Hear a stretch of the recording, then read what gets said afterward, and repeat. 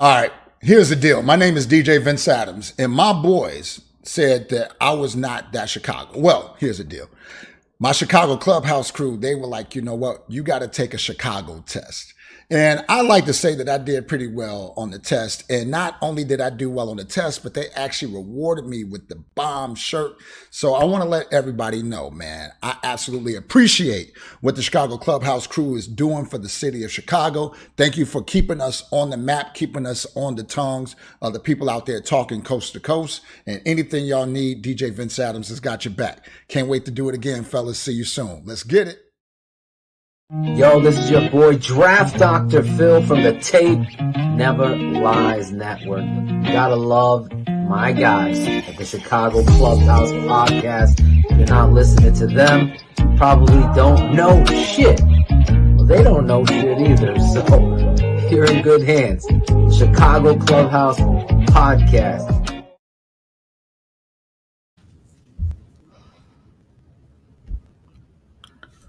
We back. Welcome to the podcast where we think we know everything, but we don't know shit. But today is a special podcast because football is back, baby. It's back.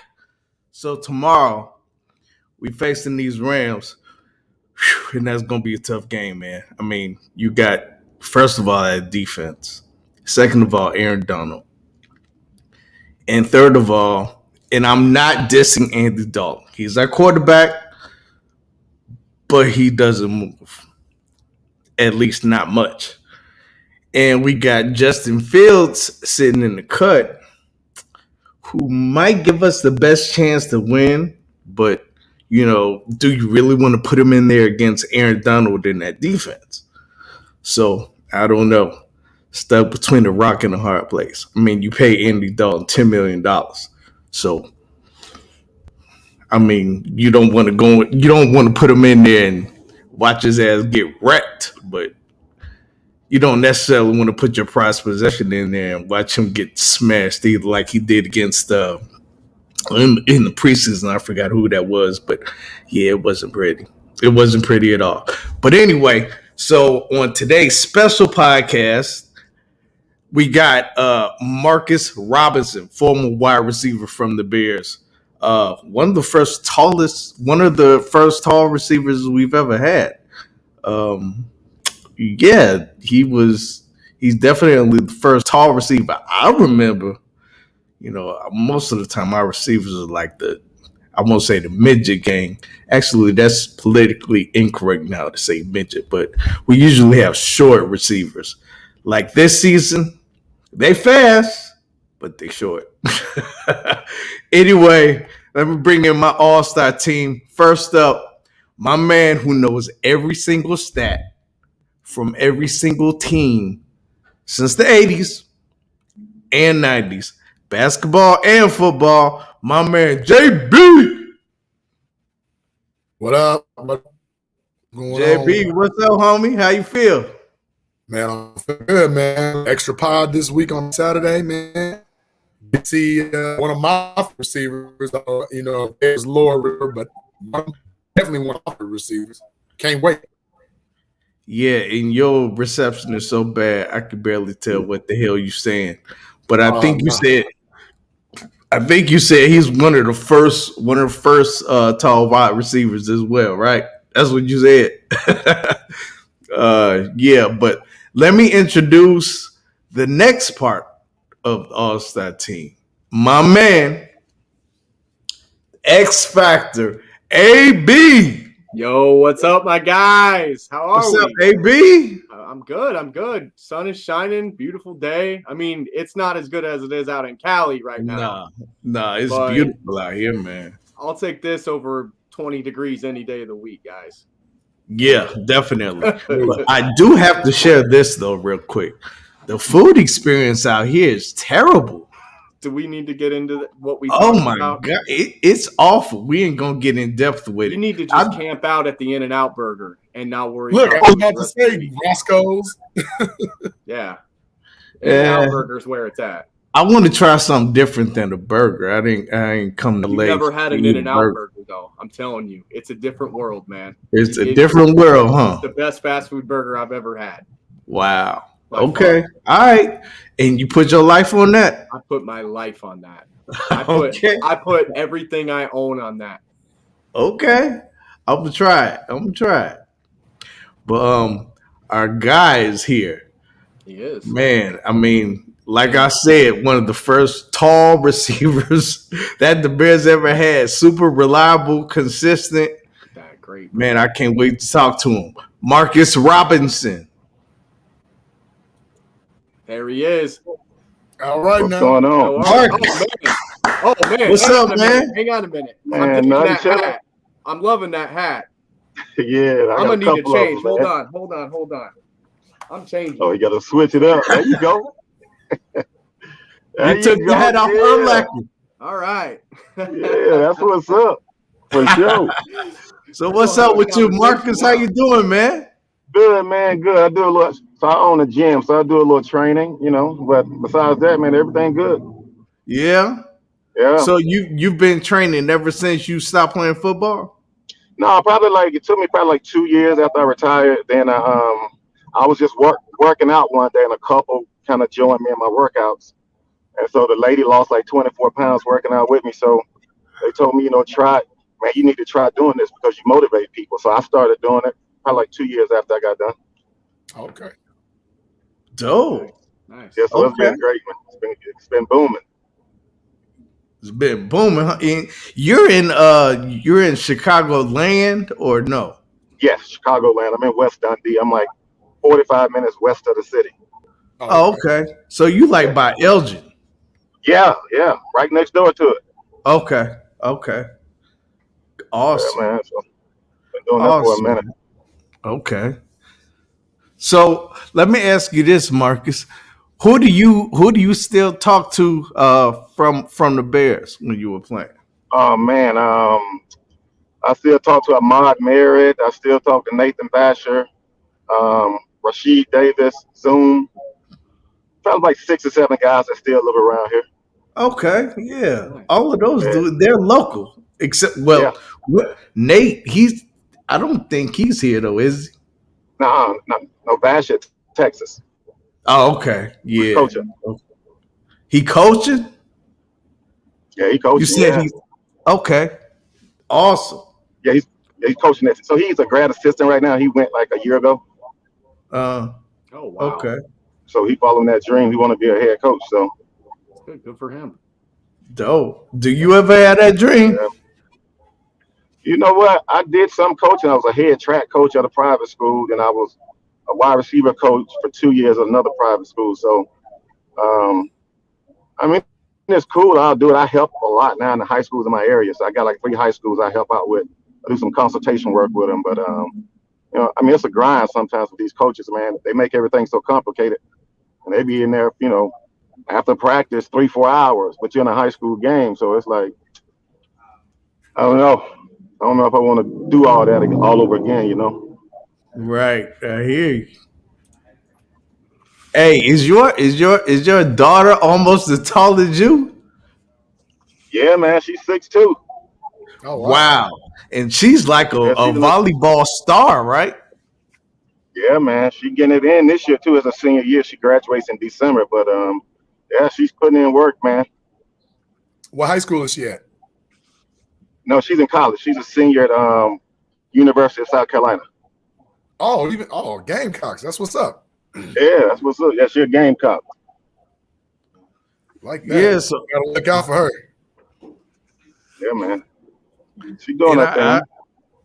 I see a lot of the Instagram posts that you put up, and she's like spiking the ball in people's mouth. She is killing it. Letting them feel it. Yeah, she got that vert, man. She can touch almost 11 feet. So she get up there, good swing. She can get it. Oh my God. 11 feet. She didn't even want to play volleyball. You said what now? She didn't even want to play volleyball. No, she didn't start playing since she was in the 9th grade. Wow.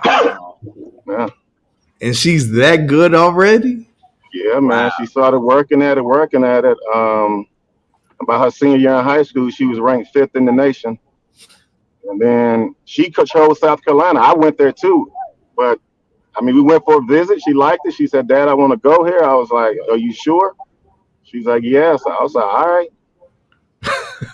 Right. That'll Okay. work. That'll work. Does she have She any took off Olympic from there. aspirations? Yeah, she did. She actually made the gold team a year before last, but COVID hit, Right. so they pushed everything back. So they just kept the girls from the previous year. Okay. But yeah, she made the Olympic gold team. That's what's up. So we'll definitely see her in 2024 then. Yeah, you should. That's if she stick with it that long, man. They get out of college, graduate, ain't no telling. That's a long time. It she is, got but to it's, start at a least career. there's avenues. They got the pro Yeah. volleyball tour, they got the beach volleyball tour, the world championships. She got some. Right. She got some avenues. Yeah, she definitely do. So we'll see though. We'll see. Man, that's what's up. Marcus, I want to dive right in, man, because like I say, when you were one of the Bears hopefuls, like we hadn't had a receiver like you. A lot of praise goes out to Willie Gault and everybody that Right. knows Bears lore and their record book. But you was day one. You was our original #1 receiver that we was getting excited about. Used to play with you on Madden, all kind of stuff, man. So, I mean, just like dive into that a little bit because you just kind of popped up out of nowhere. Like one day you was like on the squad, and we were like, "Where he been?" Hey man, it was crazy because when I got drafted in the 4th round, so that same year I tore a ligament in my thumb, so they put me on IR. And I went to NFL Europe, and so I went over there, man, and kind of just balled out, man. I was the most valuable player over there. We went to the World Bowl, won it, and they sent me there. My coach told me they sent me. They said I didn't have good hands. They wanted me to really work on my hands. So he was like, "I don't see it, but okay." So I came back, and Dave Wanstead didn't really play rookies at the time, so he wasn't playing too many rookies. He put me in a game. My first pass was a touchdown, and he took me out. So that year I had like 4 catches, 44 yards. So the following year we got Dick Duran, and Seaway got hurt the 5th game of the season, man, and it just took off. Right. And then we were talking about Curtis, by the way. Like you guys were a pretty solid receiving core. We just had a couple of line issues, and I have to apologize for you. I was too young, but we apologize for Cade McNown, man. That you had somebody else. You know what I'm saying? Don't remind me. I ain't hear you. You broke up. What's that? Oh, I'm sorry. I said we have to apologize for Cade McNown for you. We should have gave you somebody. Oh, man, better. You know what? Man, you know what? Actually, man, that year I had with 9 touchdowns, Cade threw me 7 of them. Yeah. Yep. And so he was that guy that always took chances, man. Yeah. Yeah, I had 1,400 yards that year, but I had 3 quarterbacks, so they used to rotate. I think all 3 of them had over like 1,500 yards passing. Wow. It was Jim Miller, Shane Matthews, and Cade McNown. Jim Miller got hurt, right? No, that was the 2nd year he got hurt. He tore his Achilles. Okay. Yeah. But that year, Coach used to come in on Saturdays, and he'll be like, "Okay, Cade McNown starting." Then the next week, Shane Matthews starting. So it was like a carousel. Oh, carousel wow. QBs. Only in Chicago, right? Only in Chicago, man. In 6 years, I had 9 quarterbacks. Yeah. Wow. Yeah. Yep. Yeah. So out of those 9, who is your favorite quarterback? Or you don't want to say? Whoever was throwing me the ball, I ain't really care. It didn't matter. I ain't even care, man. It didn't matter. Yeah, stick whoever you want back there, man. And you know what? That's kind of telling because that next season you had missed a couple of games, you were hurt, but you still led the team in receiving. I think you played like 11 games or something like that. Yeah. I played 11 games. I pulled a disc in my back, and so they sat me down for the last 5 games. But because you was on pace to beat your own record. Yeah, he had 738 yards that year. Yeah, I remember he was like on pace to break the Johnny. Is it Johnny Morris? Johnny Morris. Yeah, Johnny Morris. Yeah. So I was, man. It was just we had this little pass play called streak read. So I can either run a 12-yard curl or I can take a go ball. It was my choice. So I used to always, we're talking the huddle. We call 72 streak. I'm like, if I get 39, I'm taking it. It. Yeah, definitely. And we was just having fun that way. That'll work. Yeah. Yeah, it worked for me. Oh man, it was awesome. So go ahead. Go ahead, AB. Okay. So I know you started with Dick Duran, but you eventually you started with Wanstead, went to Dick Duran. Who was your favorite coach that you ever had growing up, high school, in college, or the pros that really helped, mold you into the player that you became? You know what really the coach that helped me was Mike Borich. He was the wide receiver coach when Dick Duran came in, him and Gary Croton. And I remember, back then we didn't have big wide receivers. I mean, it was probably maybe 6 guys in the league, my size, 6'4", like 215, 217. Yeah. So I remember I used to always try to be like Bobby Ingram and Curtis, trying to be quick off the ball, don't let nobody jam you. And Mike Borich just told me one day, he was like, man, don't be like the little boys. Use your weight, use your height, And so he kind of helped me along with that part. And at that point, I was like, these DBs too low for me. So I just pick a side, run through them, and start being more physical that way. You play bully ball. Yeah, definitely. So, Marcus, I ain't hear you. I'm still going back to that question, but I'm gonna rephrase it. If you had to choose out of those 9 quarterbacks to throw you the ball, who would it be? Probably Jim Miller. Jim Miller. That's what I figured you were going to say. That's someone. So he threw you the best ball? Yes. Okay. I mean, most of the balls I probably caught in the 6 years there, I probably caught maybe 5 or 6 balls in stride. Yeah. The rest of them was jump ball situations. Okay. So, I mean, those were good balls for me too, though. A jump ball situation was good for me too. Yeah. Just whoever had the less fear, to throw you those jump balls is the man that you probably picking, which would have been Jim Miller. Yeah. Jim Miller, right. Like Jim Miller, see cover 2, I'll release over the corner. He'll see me one-on-one with the safety, and he'll give me a shot at that ball. A normal quarterback wouldn't throw that ball in cover 2, but he would take it. He said, Marcus, you one-on-one with a safety. I'm going to give you the opportunity. Every day. Yeah. Right. Plus, it helps that you like 8 feet tall, so that definitely helps a lot, for sure. And have hops. Let's not leave that out. Yeah, right. Yeah. You could jump. Right. I saw a lot of times. Man, you got to play that ball in the air. Man, I'll never forget a lot of times Cade McNow would just be on the run, and you'd just be downfield, and he'd just throw it up. Yeah. That was it. Man, one time Cade threw me the ball. It was like a 3rd and 4 play. Bobby was in the slot. He was running a quick out. I'm knowing the ball going to Bobby. It's 3rd and 4. Quick route. Boom. I'm running down the field. I just happened to look up, and there it is. Cade done slung one deep again. I'm like, man, it's 3rd and 4. You supposed to be throwing it quick out. Right.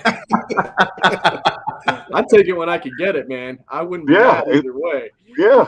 It just threw me off guard because I knew I was a clear out. Yeah. But he was like, you was one-on-one. I take the chance, Yep, you got to. Sometimes you got to pull that trigger, especially in the Bears offense, because we know how, a lot of years how putrid our offense has been, how bad it's been. But we had guys like you, we had guys like Curtis Conway. We had hope that you guys could get down the field in a consistent basis, man. And that's something that we haven't had very often since then here either. So Well, I mean, we went. I think we went 9-7 that year, or 8-8. But we lost like what? Almost 4 games by a field goal. Yeah. Chris Bonyo was terrible. Yeah. He was missing field goals, man. Man, we were struggling with that. So I mean, if we'd have won those 4 games, man, we'd have had a decent season. But sometimes that's how field goal kicker was trash. Yeah. That damn Chris Bonyo, boy, I swear. He fucked it up. It's like one of them, what if? Right, exactly. Yeah, definitely. Sitting over there looking sick, and all you do is kick at practice. Come on. Right, you got one job. That's all you got to do. Step your game up, man. So that pressure, boy. Yeah, bust pipes every day. They do. Yep. Every day. So let me ask you this: did you like the way that the practices went between Wanstead and Duran? Because I remember people saying that Wanstead was looked at as a Dicker clone, whereas Dick Duran was more free. Is that any truth to that? Yeah, like Wanstead was a defensive-minded coach. I mean, we was hitting and pass. I mean, some things we shouldn't have been tackling on. Those guys were tackling. You know what I mean? So, but back then it was a whole different animal. You know, but we was full pass every day, hitting every day. Almost everything was live. You know, but Dick Duran came in.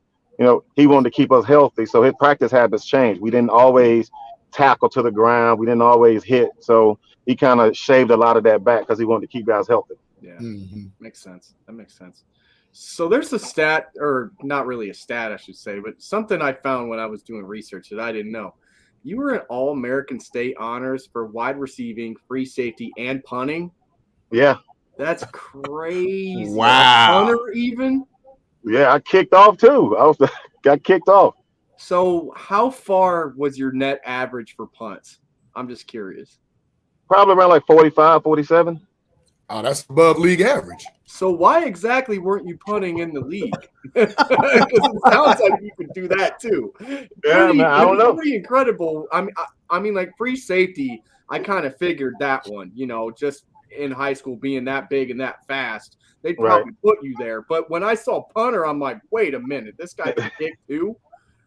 Like, yeah, man, I actually so we had like 5 acres growing up, and so I used to get the ball and kick in the backyard. I just started doing it, you know, and then I tried out for it, and I won the job from TJ Walker, and it was just one of those things, man.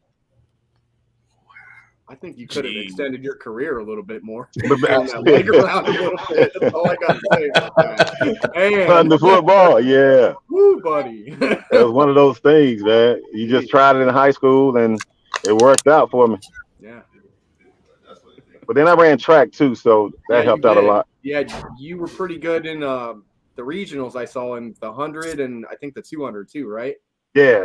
I was second in the SEC in the 100 and 200. Yeah. In 96. Still impressive. Damn, that's amazing right there. What was your 40 time? I ran a 4.43, but I ran like a 10.2 100 meters and a 20.47 200. Jeez. That's world championship level. Yeah, man. I was a football player running track though, you know. Right. Yeah. I hear that. So what made you choose? What were your other colleges? I know you South Carolina, obviously, but what other colleges were you interested in? Because you know that SEC, that's man ball right there. SEC, yeah, man. Even back then, man, I could have went anywhere really. I was getting letters from everywhere. I chose Carolina because of the girls. My man, smart man. Yeah, that's how that went. I told Steve Spurrier at Florida like 2 weeks prior. I was like, man, I'm 99% sure I'm coming here, man. And next week, I went to Carolina. Whoa, I was like, what? All the peaches are real ripe down there. So, time out. Wait, 96. Now, correct me if I'm wrong. Mm-hmm. That Florida team, that had to have been somewhere around like that Fred Taylor, Riedel Anthony era, right? Yeah. Oh, that'd have been all them boys. It was Riedel, Ike Hilliard. Yeah. Actually, one of my high school wide receivers, Jaquez Green. I remember Jaquez Green. He was like a little younger.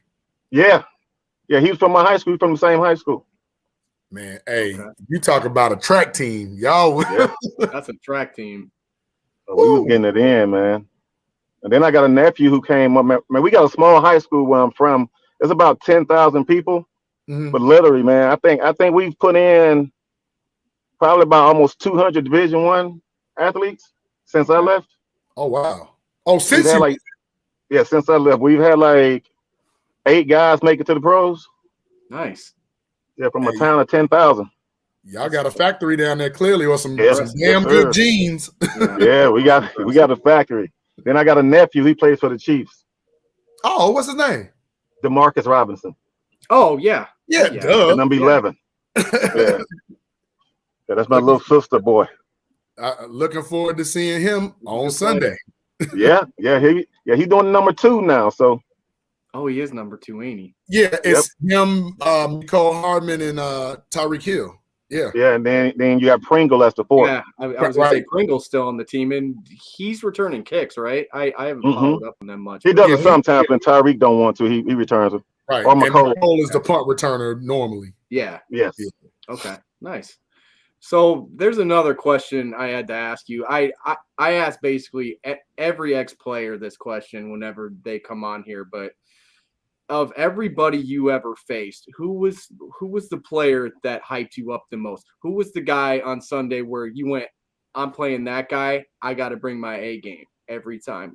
Like a Hall of Famer, or even in college, somebody, like just anybody.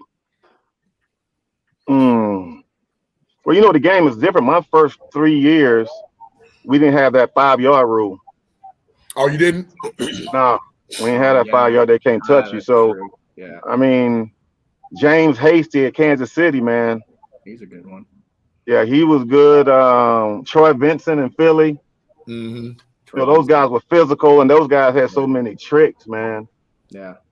Like Troy, I'm running a route. He grabs me inside my shoulder pads here. I'm trying to break down and come out the curl. He just yanks me forward, The ref can't see that. Rules, man. You know what I mean? No, you can't see that because you're locked inside. Yeah. Yeah, so he on top of me, got me by my shoulders like this, man. But you had to play games, so you had to start punching and hitting them back. You know what I mean? You gotta do what you gotta do. You can't back down. You can't, especially back then. The way they play back then, physicality is number one rule in that. You can't back down from anybody. And that's something that I know a lot of veteran players that look at today's game, like it's still a car collision, no matter what. But like, and this is my personal opinion. I think T and AB agree with me. But you have to practice physically in order to excel in a physical sport, in my opinion. Right. Yes. It's like, some people get hit for the first time and it's already week 1. And it's like, whoa. I mentioned that a couple weeks on the pod that I saw an interview with the GOAT, Tom Brady, saying that he wanted to get hit early so he remembered what it was like. So his body was physically ready for that. And that's somebody who, he's been through it. He understands. 44, he's definitely needs a little time to get ready for it, but still. Oh, yeah. Running from, however long you're off on the off season to having that first crack, you're going to need to remember how that feels on a daily basis. And especially somebody like Marcus, who's a bigger guy, those shorter guys aren't trying to wrap you up, tackle you. They can't hold on to you. They're trying to lay you out. Yeah. That's how the game was back then. They tried to lay you out. Them boys ain't care about no ball. They was trying to lay you clean up. The boys are all laying wood all day long. They're just chopping away. And honestly, I hate that. I hate the way the game is played now with that offense mentality. I wish we'd go back to a little bit more of that. And you know what? And I see a big thing too with these quarterbacks now. Like, these quarterbacks don't protect receivers. No. They just try to fit the ball in a hole. When sometimes you see that safety, you see his cover 4 and that safety going to peel off on that slant. You don't lead that man into that hole, that headache. You throw it to his back shoulder. You try to stop him. Nowadays, these boys, they just putting balls in little small windows when they shouldn't be. Throwing you used to get yelled at in high school for making that pass. Like, dude, you're going to get your receiver killed. Right. We used now they don't care. So they say, look at his accuracy while the receiver is laid out. Right, exactly. Oh, he put it in there. Yeah, got that man head knocked off. Yeah, he put it in there, all right. Right. Tom Brady do that a lot. Yeah, he does. I watched the game. Tom Brady? Go ahead. No, I was gonna say I watched the game Thursday, and literally as much praise as it is well deserved. Some of them passes, I was like, oh, yeah. Mm-hmm. But Gronk is just shaking off. I'm like, too. Had that been a smaller receiver, man, that man might have pulled out on the stretcher. Yes, I feel like the way that he uses Gronk against those linebackers is a little different than the way that he does his wideouts, because Tom Brady, like, historically murders linebackers. Like, he constantly goes after linebackers, especially with those big wideouts, those big guys. That's something that I don't feel like he does as much with wideouts, but it is something that still happens. Yes, absolutely. Right. He's got a lot of big wideouts on that team too. He's got Godwin, Evans, Gronk. Those are some big boys like you, and those boys get the wood laid to them. They're not necessarily wanting that ball back on the next play. They're not. Right? See, like in today's offense, like let's say what Nagy does. Yeah. Marcus, if you played today, you could be everywhere from A to Z to slot to eight, like all over, because now it's all about finding that mismatch. So you might get lined up on a linebacker, and that's easy pickings. You might be like a Jimmy Graham type, but and less physical though. Yeah, because you know that one-on-one, because you spread them out, you have no choice, and you one-on-one with a linebacker, it's go time. You're gonna win that, right? You're gonna win that. Exactly, every time. Well, when I was playing, it was small guys, and Bobby Ingram. Bobby Ingram was our slot receiver, so I was just the backside guy that need the one-on-ones. You know what I mean? Even when I played with Randy Moss in Minnesota, Moss was the Z, I was the X. I was on the ball. Right, you was on the ball side, yeah. Yeah. I was telling people a lot of times, old school philosophy, right-handed quarterback, you read your progression because you're left tackle, you're considered backside on that side. Right, exactly. And you're supposed to have the one-on-one most times, but now everybody drops straight back, and there's very little read progression left, right. It's read like this. Yes, exactly. Yeah. Right. Wait, homeowners association. The game has changed. Yeah, you might come off hot immediate. And right. That was back in the day. That was like a hard check down to get him to go hot, right from right to left. Right. Yeah. So the game has changed. Terrence actually had a question. He's on mute right now. He was wondering what your favorite place to play was. Shit, Soldier Field. Great answer, sir. That's the answer that we needed. That's the answer I was hoping you'd say. Yeah, Soldier Field, where it's at, man. Obviously. Soldier Field, where it's at on a Sunday at noon, man. Hey, time to get it. Better to me.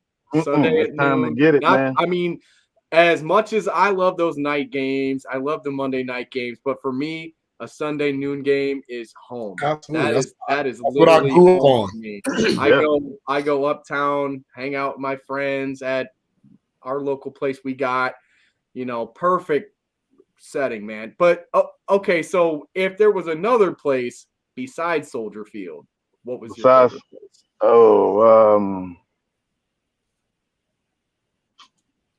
Probably Green Bay. Oh, not in the wintertime, though. Another great answer. Go up there and kill them boys. It's something to get hype about. Yeah, exactly. Yeah, for sure. Yeah. But you know the thing in Green Bay, man, I played in Green Bay, I don't know, a lot of times. We never had hot water after the game. Really? They did that on purpose. Yes, that was on purpose. Damn. Man, if you wasn't the first couple of guys in the shower, you can forget it. Wow. It was cold showers. Backcountry. Imagine in December, there, man. What the hell's going on? Yeah. You come out of a game that, it's like 10, 15 degrees outside without wind chill. You're ready to warm the hell up. You bird bathing. That's what you're doing. You bird bathing in there. So, man, let's get into these current Bears. Mm-hmm. Yes. You know a lot about the current Bears, right, Marcus? I know who. You know a lot about what's going on here right now? A little bit. A little bit. I mean, I watch him. You know what I mean? Yeah. Okay. So, they have a. Hold on. So I'll start with this. So first and foremost, Justin Fields. I know that you know who Justin Fields is. Everybody in Chicago that doesn't live under a rock knows. Right. With this current situation we have right now, we have Andy Dalton starting. Mm-hmm. Got a lot of fans clamoring for Fields to start, just because of the fact that Nagy came from Kansas City, where they had the whole, the whole Alex Smith Mahomes thing. Right. I feel like it's a different situation because Andy Dalton is not Alex Smith, but at the same time, I understand why Nagy is sitting Fields because maybe he's not picking up all the nuances of the NFL yet. Correct. A great example, just a quick example for you is the play we had a couple weeks ago against Buffalo. Mm-hmm. Pressure on Fields. Oh, the helmet came off. That's going to be a flag. Gets nailed, right? Right. He's not reading that side of the field correctly. Correct. His offensive line wasn't, he's got some things he needs to learn. But physically, he is above and beyond anything that Andy Dalton is.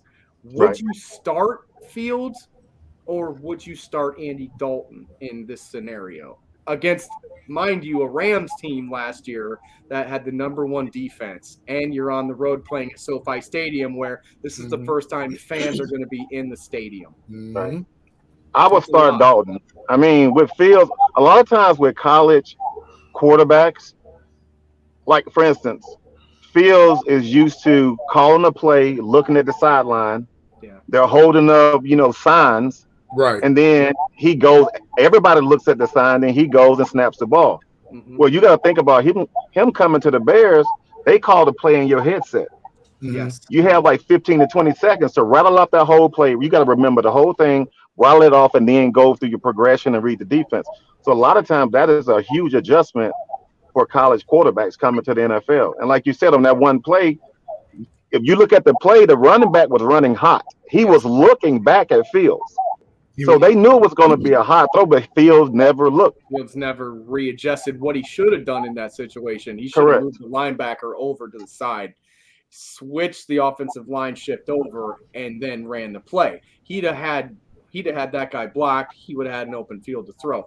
Those are the kind of things that people aren't really understanding. And I think Nagy even came out the other day and he gave another example as to why he's not really mentally there yet. Yes, he scored the best on that aptitude test. Yes, he's got all these physical tools, but we need to put him in the right situation now so then he can benefit down the road. That's the same way I feel about it, Marcus. Right. 100%. And he'll learn a lot too. He's in there with Foles and Dalton. Those are veteran quarterbacks. Exactly. I mean, they've had decent years, so he'll learn a lot watching film and watching them. But then one thing he did say that made me laugh, they asked him, what's the game faster or slower? And he was like, the game was slow. And I'm like, see, he hasn't learned yet. Well, and the thing about that is too, so there's a lot of levels to that. And I kind of feel like he was trying to, encourage the Bears defense by saying that defense is better than the 2s and the 3s that he's going up against in Miami. So I feel like he was trying to build some cohesion with his defense and saying that, but not knowing as a rookie that that's not something you say. Right, how it sounds off. It just he said the game is slow, and you sitting here like, man, 7 or 8 defensive starters not playing, man. You wait till Sunday Live Bullets come and see. Let's see how slow it is. There's a different animal from preseason and the regular season. Absolutely. I don't care. Even if the starters are in. There's a difference between that. We actually talked with Chris Harris, and he said that they don't even game plan defensively. And he's the DB's coach for Ron Rivera, who's a very good defensive-minded coach. So if someone like that is saying that, I know that he hasn't seen real action yet. And just like you said, at Ohio State, the way that they translate and do things is completely different than it is in the NFL. And that's something that people really need to realize. All these other kids are getting thrown to the wolves, in my opinion. Zach Wilson, Trevor Lawrence is going to lead the league in sacks this year. I promise you that. 2.0. He will be. Yes, it will help him down the road, but I don't want like a Joe Burrow situation where you've got, love Joe Burrow, love what he does, but they put him in with the line. It just wasn't very cohesive and knew what to do, and he got his ass pounded. He did. I don't want that for our guy. Yep. No. Ease him into it, man. Just ease him into it. Ease him into it, absolutely. But I want to add to that from the coaching standpoint. Are they going to let some of the line play make more of those calls too? Because certain plays at Marcus, as well as the center can make that call too. Yes. To make the line shift. Because was that Jesper Horsted that was the tight end? Because had he called him off the route and had him stay, that linebacker would have at least been chipped. Right. But sometimes you get a free guy. You know what I mean? If that guy is free and the running back was running a swing route, just dump it to the running back. Right. And that's sometimes that quarterback is part of that one guy. He has to watch that one guy. Absolutely. Yeah. Absolutely. And that's, I mean, you also have that center who's trying to line his line correctly. He might not necessarily see that free guy, just like Marcus is saying. So that's where your quarterback has to be that guy who's identifying the Mike linebacker, who's identifying, the free runners. You have to. He's just not there yet. He's not. No. And it's obvious to me, not a lot to some other people, but just because you have those physical tools and just because technically he's better than Andy Dalton, he might not be mentally better than Andy Dalton at this point. Correct. And I'll say that goes back to coaching, because fundamental football, like Top Warner fundamental football, check your Mike linebacker, check your safeties, check your, we used to call it crash, your blitzing corners. Those are the first things you're supposed to check when you come to the line. So while we're super sophisticated, let's not forget about the fundamentals of regular football. Yes. Right. That's what I think he still needs to work on. He might be the smartest guy in the room, and I love that he's on our team. But if we can't get the fundamentals, we'll never get to see that from Justin Fields. Yes. In my opinion. Agree. That's correct. 100%. So, you want to go, But Terrence? he does give us the best chance to win, I think. Right now. I think right now he gives us the best chance to win. However, I don't want him going against Aaron Donald and the Rams. That Rams defense is too much for him. And even though Justin Fields has some shortcomings, sometimes he does not read his defense. He does not identify those blitzes. We've seen that. He likes to run a lot too. And he likes to run a lot, which is good sometimes. But not all the time, though. No, not all the time. I need to see that kid throw from the pocket a lot more than he has. I say it sometimes. Yeah. I say it sometimes. But I still think that he gives the Bears the best chance to win. But I just don't want to see him in there against LA. Let me add to that. Giving us the best chance to win or giving us hope. I think those are two different things right now, because mentally, Andy Dalton gives us the best chance to win. Mentally, as far as a football IQ. Physically, athletically, off-balance throws, off-time plays, of course, based upon athleticism. I mean, we've seen, no disrespect, but Mark, you played in Baltimore. We've seen Lamar Jackson win the league MVP, and nobody's really clamoring as Lamar Jackson being the best quarterback. But his athleticism got him to the accolade. We don't need Justin Fields to be MVP Lamar Jackson. We need him to be MVP Pat Mahomes. Right. And I think those are two different scenarios. Yes, he gives us the best chance on certain scenarios, but I think he gives us more hope thing. And hope doesn't always translate into wins. Right. Agree.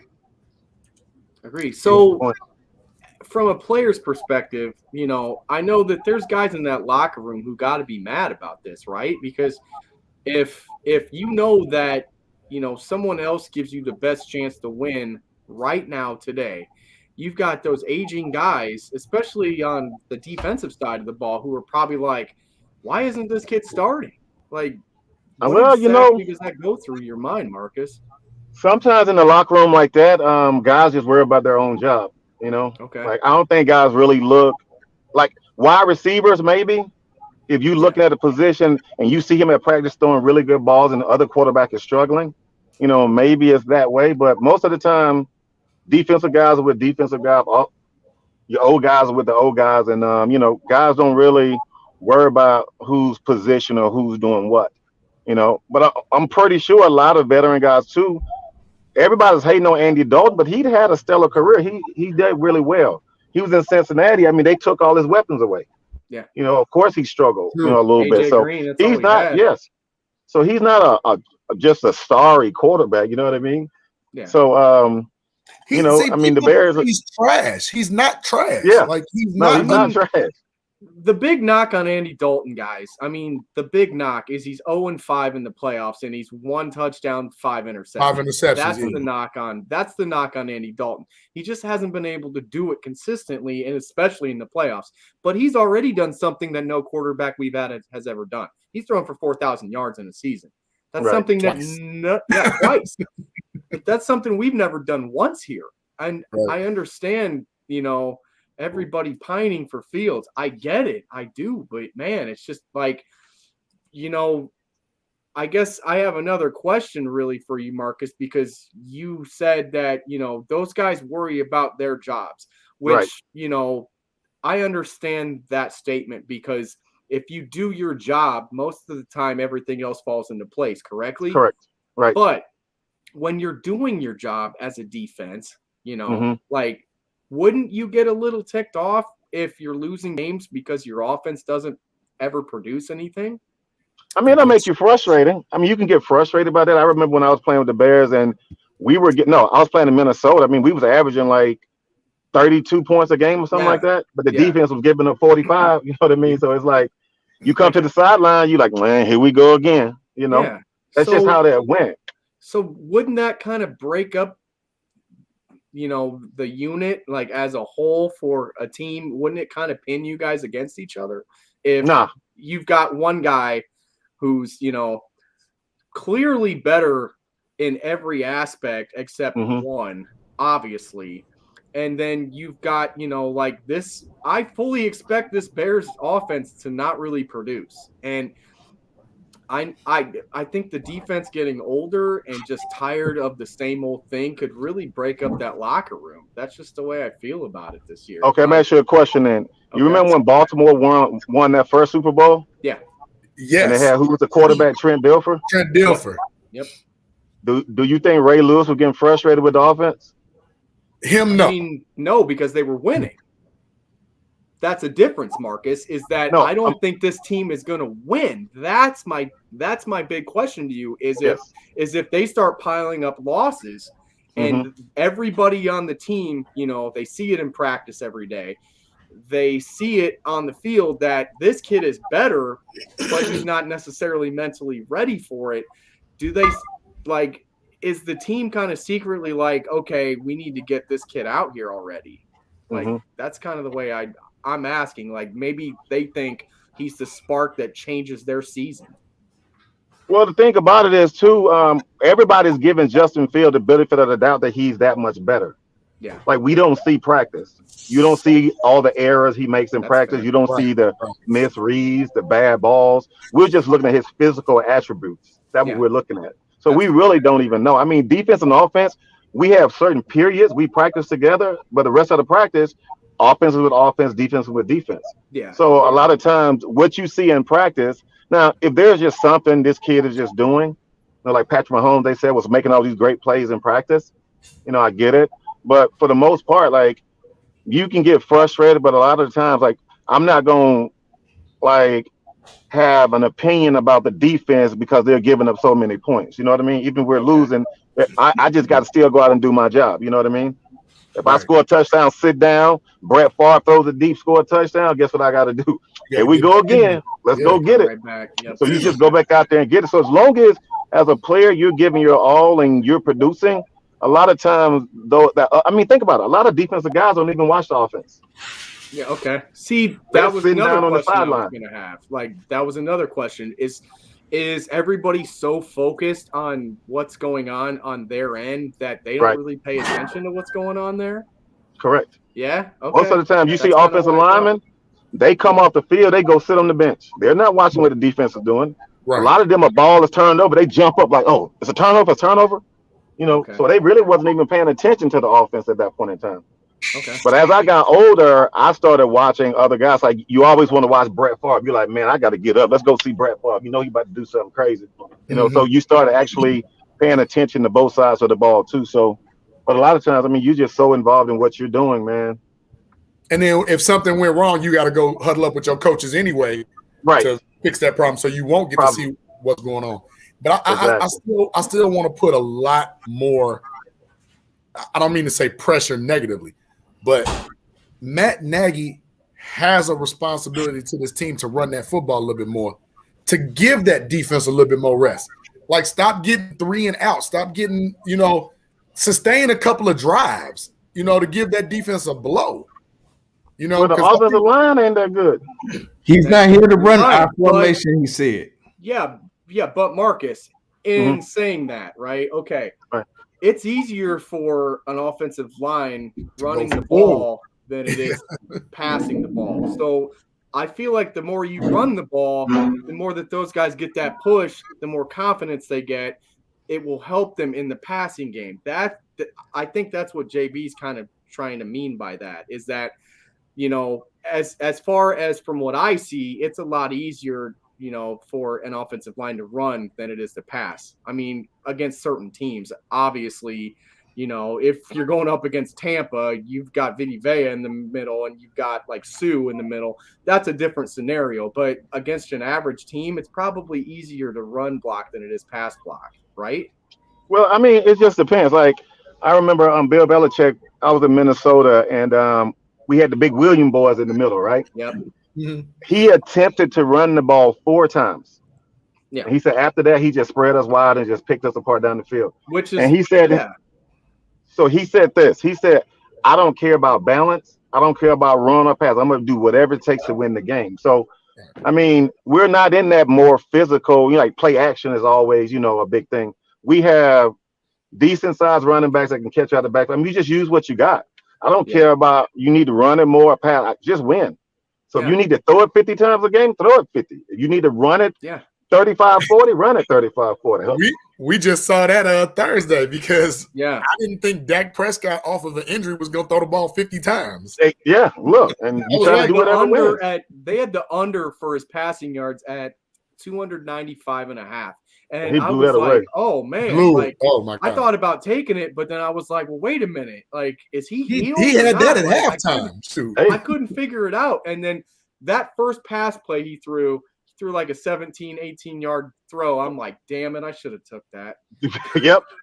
Damn it, I should have took that. And then he went off. So, you know, it's exactly what I say a lot. It's all about KYP. It's about knowing your personnel and knowing what you're going up against, you know, knowing that, hey, if this is a stout defense against the run, spread them out and throw the ball. Throw it. Yeah. But that's the problem with Matt Nagy is that Matt Nagy has one track mindset about everything. It's just throwing.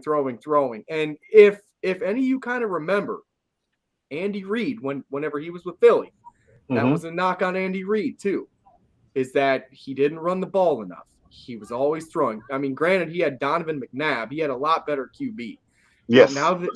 But now that we have Justin Fields and now that he's got time with this kid really to develop him, do you think he can really take those steps and maybe possibly become like a Russell Wilson or even better for that matter? Because he has the size. Yeah, he has the size. But like I said, I haven't really seen him in action. Let's see him in action. Let's see him at practice every day, making those throws, making those right reads. Those are the things we're just not seeing. Yeah. So in the preseason, he's playing against second, third stringers, you know? Yeah. Right. What if I told you basically that I talk to certain people that are at those practices and they say that they're basically about even? So him and Dalton. Basically. Like they're basically the same kind of guy right now, except the difference is the physical tools that athleticism, he has, Like I've heard days where they've literally played almost the same, but the only difference is that he can run.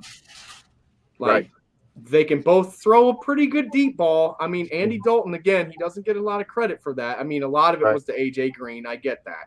But he hit Rodney Adams on a pretty good route, you know, in the preseason against the Bills. That was the Buffalo game.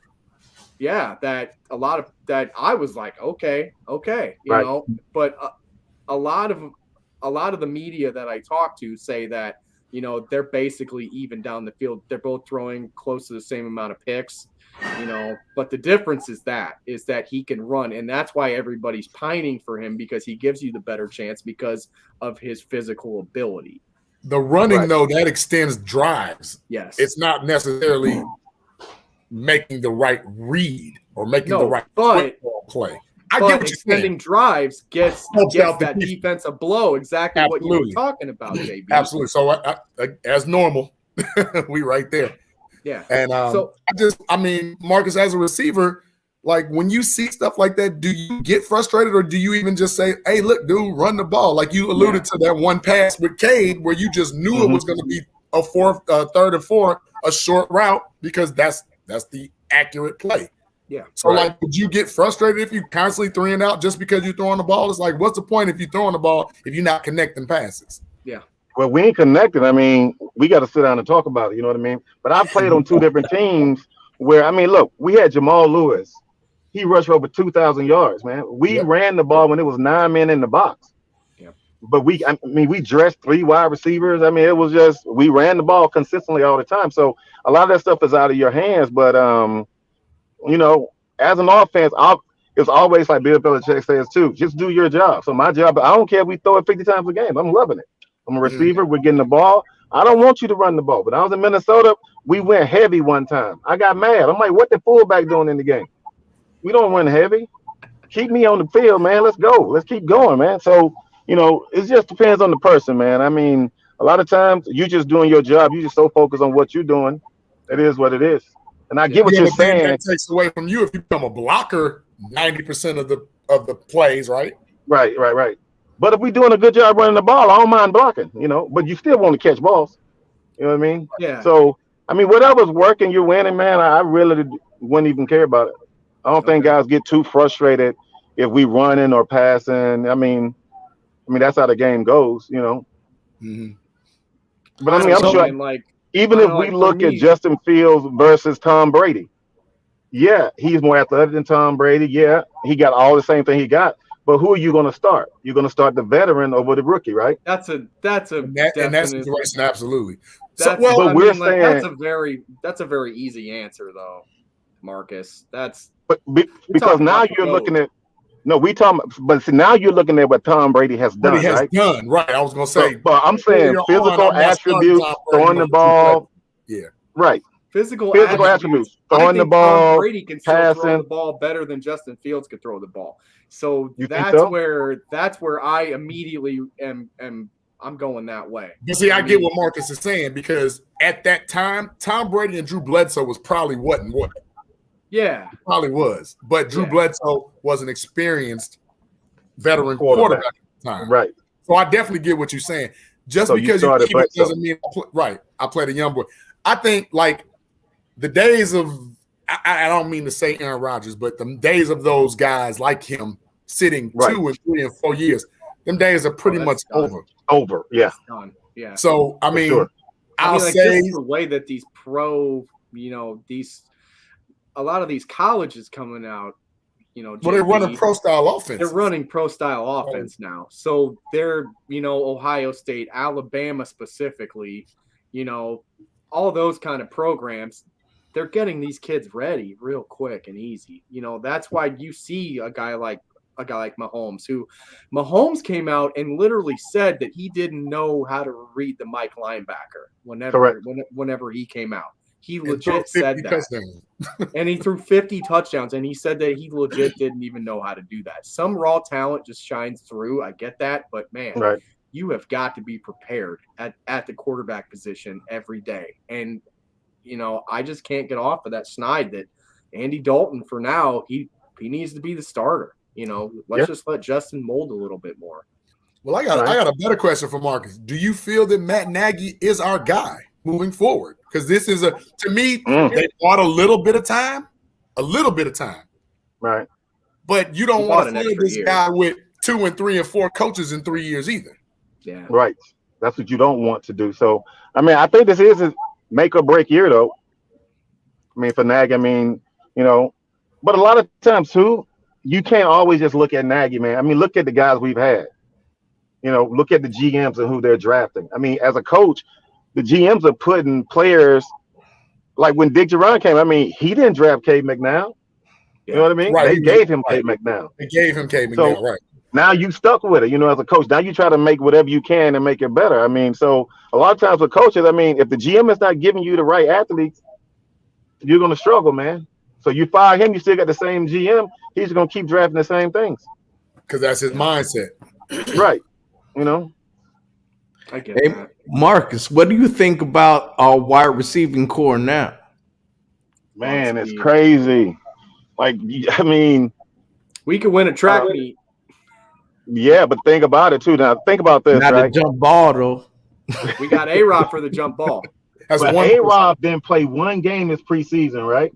Nope. He didn't play one. And guess who his first game gonna be against? Jalen Ramsey. Right. Now he gonna come out first game, ain't played no preseason games. He gonna go against Jalen Ramsey. Well, I mean, actually, I think Jalen Ramsey is going to be begging for Mooney because Mooney burned him pretty bad last year, yeah.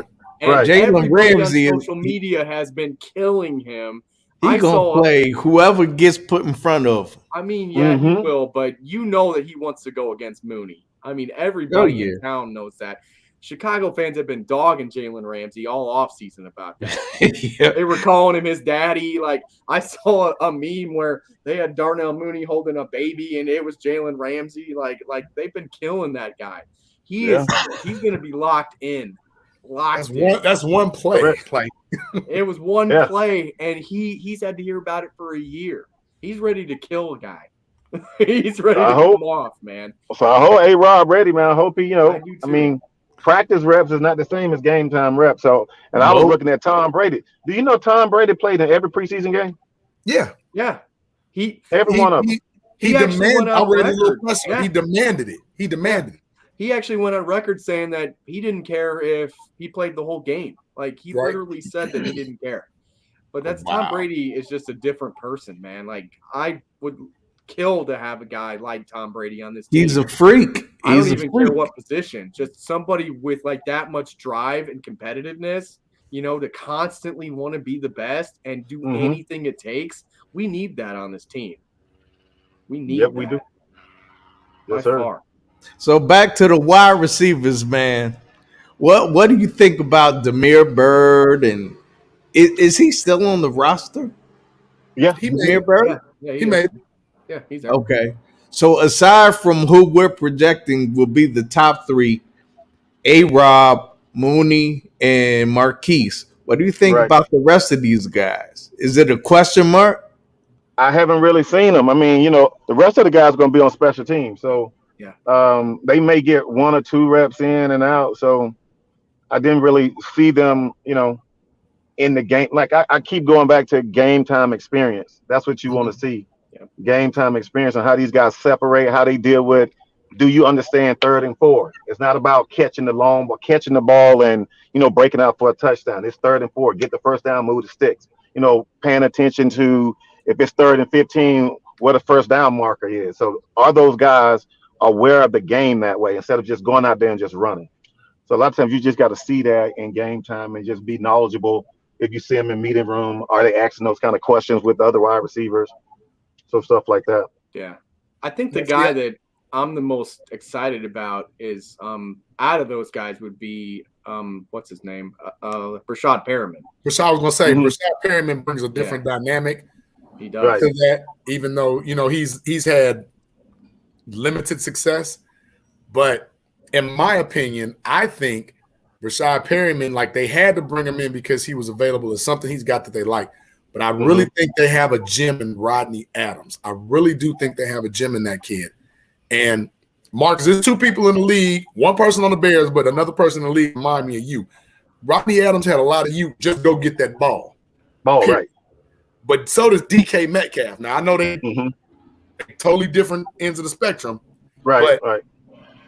I think the Bears need to make sure that he comes up off that practice squad a couple of games, and maybe they drop a tight end and raise a receiver. Right. But I think it's something about him, and then there's something about being able to go get that ball. Forget height, because we've seen Tyreek Hill go up and get a ball like he's 6'5". Right. We've seen it. Right. Can Mooney be that? We hope. Can Goodwin stay healthy? We hope. See, that's the key. Right. Perryman, same thing with Perryman. Perryman, he kind of got a little lost in the shuffle of Jets and everything. Can he stay healthy? Right. We've seen Adams produce. I think he deserves a shot, man. I really do. Yeah. He's still in the practice squad. I mean, so they all still it takes like is him. one guy going down. Yeah, they still like him. And if I'm not mistaken, JB, with everything going on with the COVID situation, you can bring, I think they said that they can bring 6 to 8 guys on emergency guys, yeah. So Nagy came out and said he was planning on bringing like 6 to 8 guys. And I fully expect Rodney Adams to be one of those guys. Hey, he better. Fully expect. He better, because you're already going into the game unexpected with 3 quarterbacks. Normally, the average team doesn't do that. Yeah. Now you have 2. That's one roster spot right there. Then, like you said, 5 tight ends, like Who does that? Nobody. Nobody does that. No. So We do. The Bears. Yeah. Right. Yeah. that's 3 extra roster spots right there that might come up. That might be an issue later on. And with a whole extra game this year, like people don't be like, man, it's only one game. No, that one game that changes a lot. That changes a lot for sure. So moving on to another question mark, I think defensive backs. Besides who we see as cornerback number one, besides Jalen Johnson, or however you pronounce it, is everybody else a question mark? Who's even going to be the second cornerback? Don't know. I mean, I know who it's gonna be. It's gonna be Vildor. Like it's 100% has to be Vildor. He's the logical choice based upon who they have left. Exactly. So, he's been there the longest. But don't necessarily think that Artie Burns isn't off this team. He got re-signed on the team. He's on the depth chart still, I believe. I have to go look. I fully expect Artie Burns to get some time there too. But I would say just they want to see what Vildor has first. Yeah. But if it doesn't work out for him, expect Artie Burns or maybe Duke Shelley there. I would say just off of familiarity, though, I would say Vildor is going to be the number 2, but he doesn't have a lot of leash. So, Marcus, let me ask you this: being that you like 8 feet tall, if you see a little dude that's like 5'11" on paper, but actually he's like 5'8", if you line up against a dude that's 5'8", are you gonna look down like, little man? Hey, look at this. Yeah. Yeah, you game plan like that for sure, man. Yeah. Come on, yeah, that's how you game. Yeah, if he that small, red zone. What? 40 good fade. Let me get that ball. Right. He know it's coming, man. You know it's coming. Yeah, it's coming. Oh yeah. Of course, man. Especially when you got that size on him like that. Yeah. You just box him out, man. Box him out like a tight end does in the red jump zone. ball. Just throw it up. Let's get it. Make sure you keep it high. Yeah, keep it high. You're throwing it out of bounds just about. Yep. Damn right. So we had a question in the chat, which it's actually a 2-parter. The first is, what was your favorite cheat food? And second, what is your favorite food? Cheat food? Yeah. So like I used to eat a medium pizza before the game. Saturday night. What?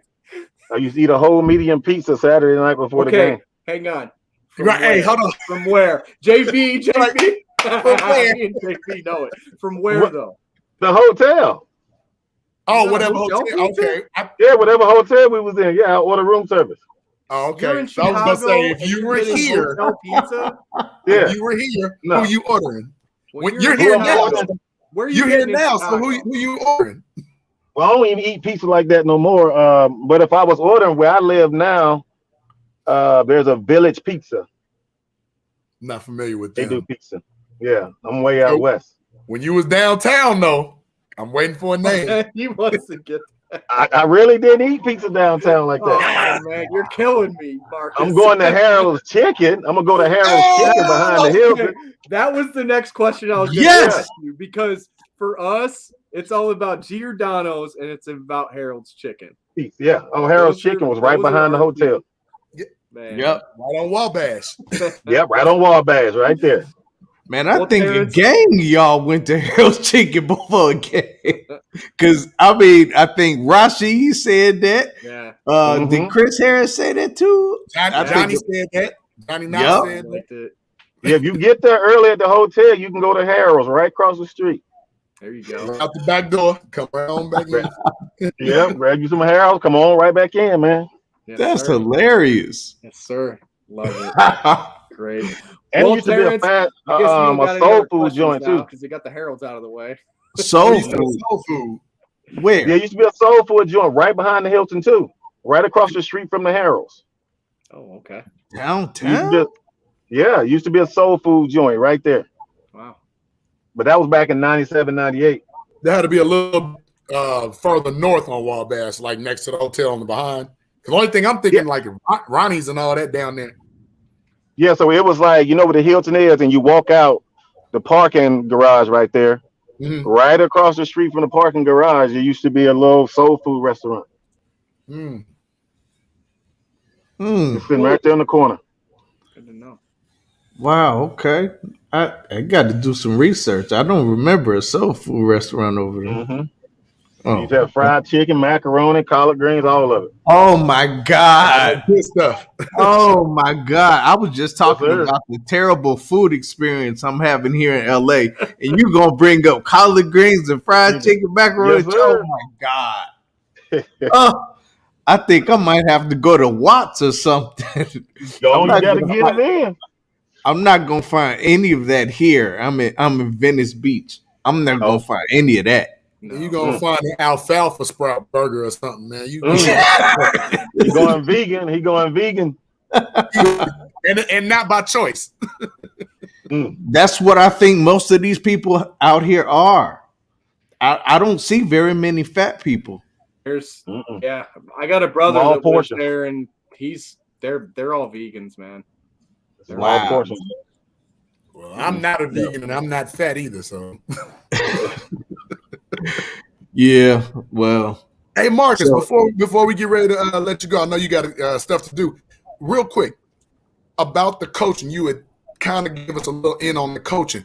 So are you having any high school, college aspirations of coaching, maybe even the pros? What are you doing as far as now for the coaching? For the coaching, now, man, I just train.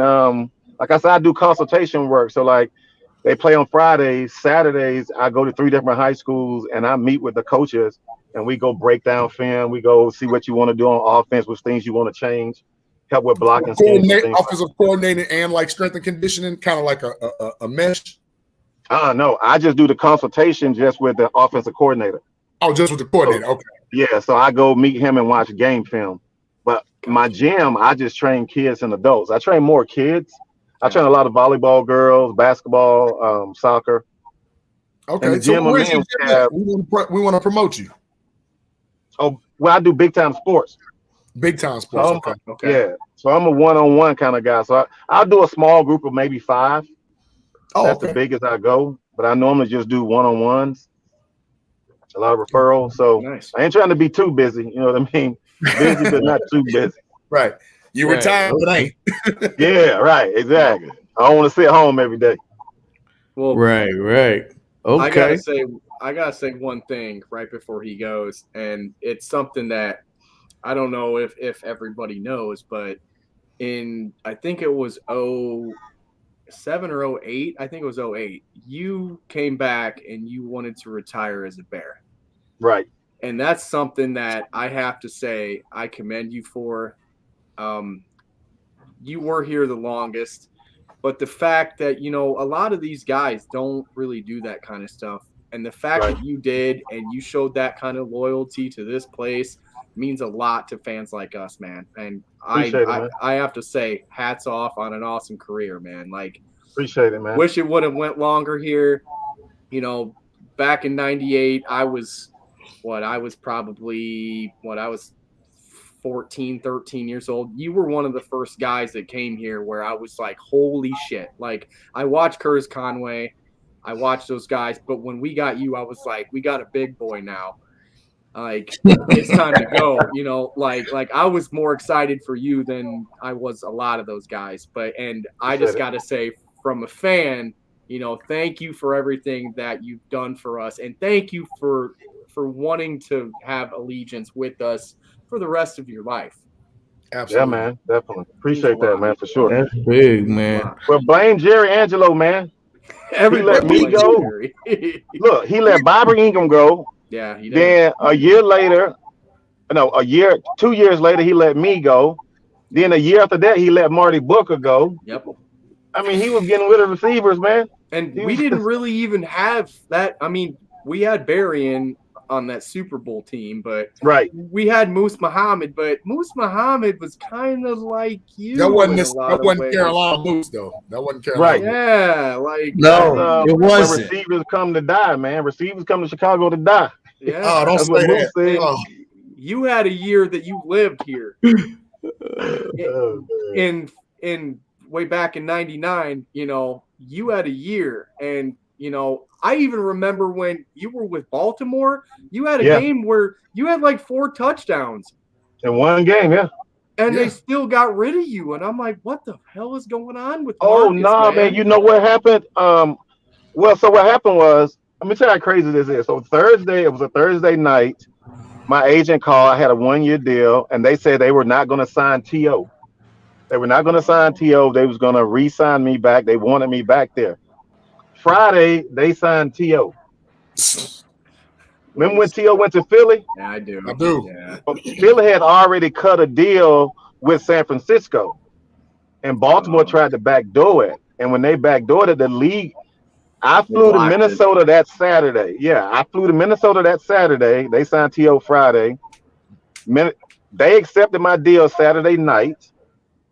Sunday, that Monday, the NFL reversed it and gave T.O. to Philly, and Baltimore was out of it.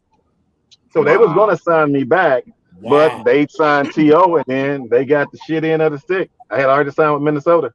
Wow. I didn't know that. That's how crazy that was. Yeah. That is crazy, man. Well, you know what? They're lost on that because after that, loss. They didn't have much of a wide receiving core, if I remember that year. They really haven't since. Yeah. Man. And that was my college quarterback that threw me those 4 touchdowns. I had him as my senior year, the quarterback, Anthony Wright. I remember Anthony Wright. Yeah, he was my college quarterback my senior year. Then he threw me those 4. And they gave him the game ball. They gave him the game ball. Game ball, He man. scored the touchdowns. 4 touchdowns in one game. They gave him the game ball. Wow. Ain't that something? I guess that's something. I don't know, man. That's crazy. Like, it is what it is, man. That alone was like as soon as I heard that you were going outside, I'm like, what the hell's going on in Baltimore? You guys don't know what they're doing, man. Yeah, they was gonna sign me back, but they thought they had T.O. Well, guess what? That didn't happen. No, it didn't. They were stuck. Yeah. Did you hear that T.O. is thinking about trying to make a comeback to the NFL? No, get out. I heard. Yeah, they said T.O. said that it was 5 teams told him to stay in shape. Man, T.O. better let that go, man. Yeah, he gotta let that go, man. He's man. He's like 47. 40. Yeah, it only take one more hit, man. You old. Let that go. Yeah, let that go. He can come down and play flag with me. That's what he. Yeah. I don't run and do nothing. I don't run nowhere, man. Ain't no way.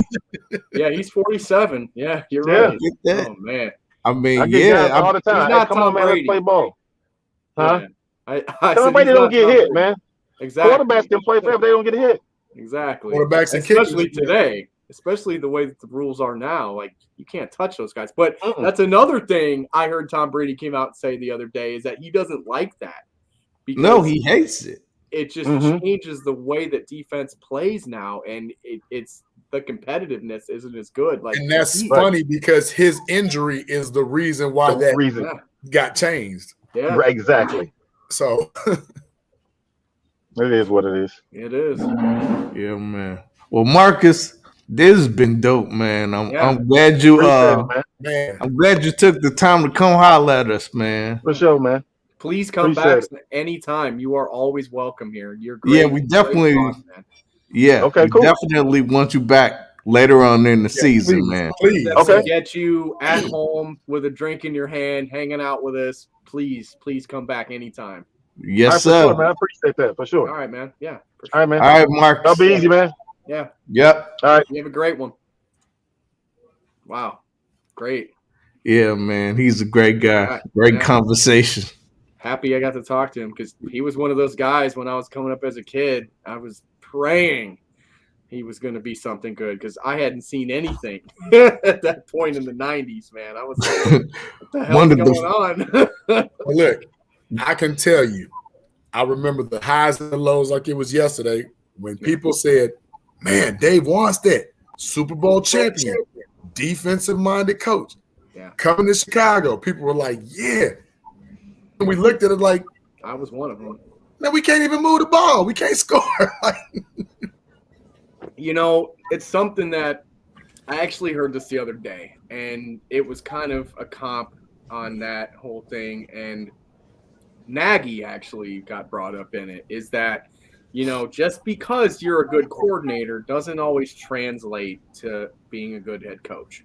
And Dave Wanstead for us was a very good example of that. He was great when he was in Dallas, but as soon as he got here and he did things a little differently in his way, it changed. And a lot of people think that with Nagy is that, maybe Nagy should kind of pull the reins back, let Bill Lazor be the offensive coordinator and let him rally the troops, steer the ship and do those things, because I don't know if him as a head coach is as good as him as a coordinator. And even as a coordinator, he blew a playoff game.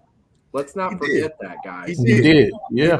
It's just one of those things where I'm just sitting here like, I don't know necessarily if he should be calling plays. Maybe he's better as the rah-rah guy. Like, he seems like a player's coach. He does.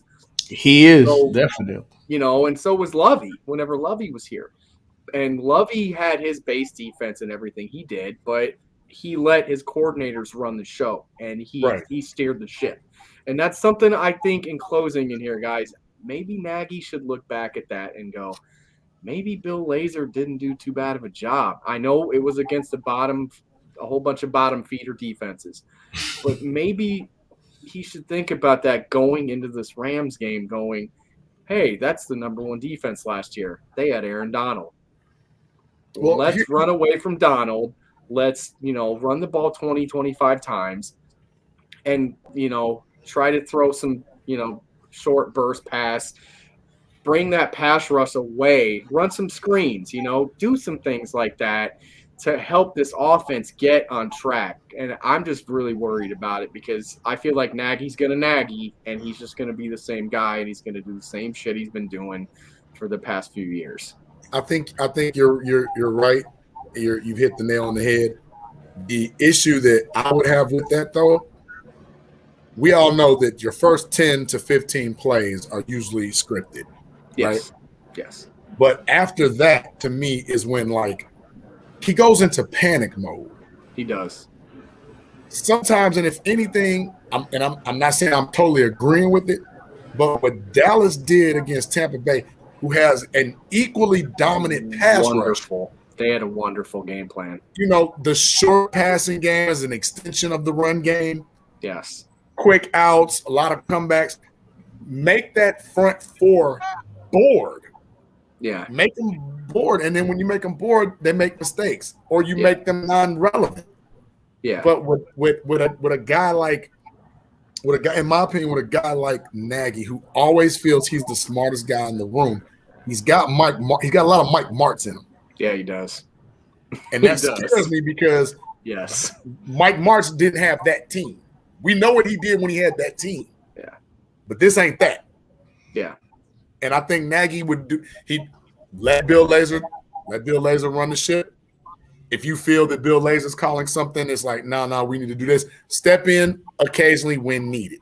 Yeah, but that's the thing, is that can he do it when needed, and is he not? Because I feel like Bill Lazor was on track, and then he was. Nagy's like, wait on track.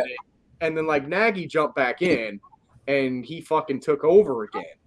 We pass the ball like we have a trash running back. Yeah. We do. We really do. I'm sorry.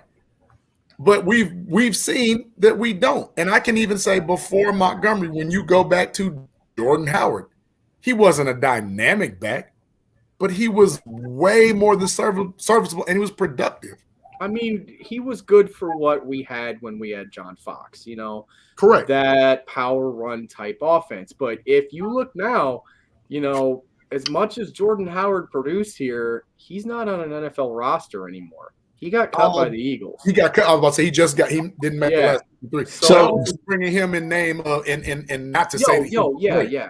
But so JB, since you brought up running back, and we all know that when you start a good running game, it opens up your passing game. Yes, it does. And Nagy knows that. And he said, and I'm holding him to this, he said Montgomery will see about 25 touches per game. He said 20, I think, but still, I thought he said 25. I think it was. But at any rate, do you think we will touches? Let's not. Do you think we'll see that? Yeah, there's a difference between touches and runs. Andy Dalton is very formidable in the check down game. Yes. Very. So I can see, let's say on average 20. I can see 7 to 8 of those 20 touches literally being pass plays. Will we be mad with that? No. I wouldn't, because like we just said, the short passing game is an extension of the running game. But what he ends up doing is saying, oh, well, one-on-one, chuck it. Yeah. Or let's get some sophisticated play in the middle of the field that takes 4 or 5 seconds, and we don't have that type of time, which means Mitch was on the run throwing an inaccurate ball. Yeah. We saw that a lot when it could have been just, dude, hit the tight end for 7 yards, get the first down, keep it moving. Yes. Why are we throwing deep post corners on 3rd down and 3rd and 7? Why? It has to be death by 1,000 knives. It has to be these, just like JB's saying, it's got to be the short, intermediate pass game. Make the defense bored, just like he said. And then once we get them set enough, then you let Mooney run that double move on Ramsey and get down the field, stretch that out that way. Yes. You've got all these speedy guys, man. Use them in the short game and extend the field in the passing game that way. That's the way I see it. That's the way I would game plan it, is run the ball opposite Aaron Donald, obviously. You're not running at Aaron Donald. And when we do run, we run up the gut. We're not running right to him. But even though James Daniels, I tell you, James Daniels held him all right. He did okay against him. Is James Daniels healthy enough to do it? You're not going to stop Aaron Donald. You're just going to hope to contain him, right? Mm-hmm. So run some oppos, away from Donald. I would run right at Leonard Floyd if it's me. I would too. That's why I said those jet sweeps and tosses. I would run right at him, period. Because I've seen Leonard Floyd enough to know what he's weak at. And he's not going to be able to contain that. He's going to get bullied on that edge. If it's running, if it's passing, that's a different situation. He's probably going to get lined up against Peters, who's 150 years old. And I don't know if he's going to be able to really hold him on that edge the way he should yet. He doesn't have his legs. He was fishing a couple weeks ago, guys. Like, he wasn't even playing. A great from our buddy Barrelissimo here. He's saying that James Daniels is playing with Mustapher on one side and Fetty on the right. That's a huge issue. You're right. That's 100% a huge issue. That's why you're going oppo with that. That's exactly what I mean by that, Barrelissimo, is that you got to go oppo of that. Now, is Peters going to be able to hold that side up? That's where I'm very concerned with Peters, and Whitehair would be on that side. He would. Whitehair is a serviceable guy, but man, I just don't see it. I don't see this matchup working. We alluded earlier to you having 5 tight ends on the roster. Yes. This is when you come in with that 11 personnel with the double tight, right? Yeah. Yes. And you help Peters, especially if you run into that side, right? And you're pushing forward. You're constantly pushing forward and containing. You're setting the edge. You're getting hopefully 4 or 5 yards of carry on that. Yeah. Even in the screen game, the quick help. We hate the wide receiver screen because of who you throw it to. Yes. Give Goodwin or Mooney that wide receiver screen on that left side and let them cook. That's really, to me, what you have to do. Because if you don't, I'm sorry, if you don't sustain drives against this team, they're going to eat you alive in the rush. And then Matthew Stafford is going to air the ball out. Yes. Yeah. I fully expect Matthew Stafford to throw for 5,000 yards again this year. Easy. He might. There's actually people saying, I've heard this a lot. everywhere. Not necessarily even Rams fans saying that they think he's the man to throw 6,000 this year. He MVP consideration. Absolutely. I've seen people say that a lot. I listen to a lot of betting shows. A lot of people say that he's a great offensive player of the year candidate. Just for that fact is that he's never had that. But I'm going to kind of go back to what you said about, those extra tight end sets. If that stuff doesn't work, JB, then where do they go from there? Because as soon as you put that personnel up on the field, they know exactly what you're running, man. You do. They know what the fuck's going on with that, because you're not running that I guess jumbo set and then coming out and throwing the ball crazy. You're power running at that point, which is Nagy's weak point, is power run. But it's not Laser's weak point. See what I'm saying? It's not Laser's weak point. So if you come in 11 personnel, but Laser's not coming out and running the offense. It's Nagy's calling plays. He's come out and said that. But that's why I said it's got to be like a perfect mesh, because you do what you have to do to win the game. If you come out in 11 personnel with double tights, single wide receiver coverage, you're, in a sense, you're tipping the hat for the run. But in Andy Dalton's case and in Justin Fields' case, good tight ends are always your best friend. Always your best friend. So you can get that short passing game going. Then you build on your RPO and your play action when Fields comes in the game. Dalton, I'm not saying Dalton's a stiff, but I don't really want Andy Dalton trying to RPO 14, 15 yards rushing. No. I really don't. He has no business RPOing ever. No. He can move with his legs when he has to, but that's not something he's like. He's kind of like a poor man's running ability, like a poor man's Jay Cutler. Like, remember how Jay Cutler could like sneaky run? Can move. That's kind of like Dalton, but Dalton's not as fast. Right. And that's why I said Nagy really needs, if he's the smartest man in the room, he needs to see what he has. You have a stud running back, and I'm calling him a stud because I've never seen a man get 1,000 yards rushing with that least of attempts. Yeah. You know what I'm saying? Give that man the ball. Put us in favor. I see Damian Williams playing a lot in the short. Damian Williams is going to be huge, especially on third down. On third down, yeah, because he knows that Kansas City mold better than anyone on this team. He knows exactly what Nagy wants to do. He knows exactly what he wants to run. He understands that he's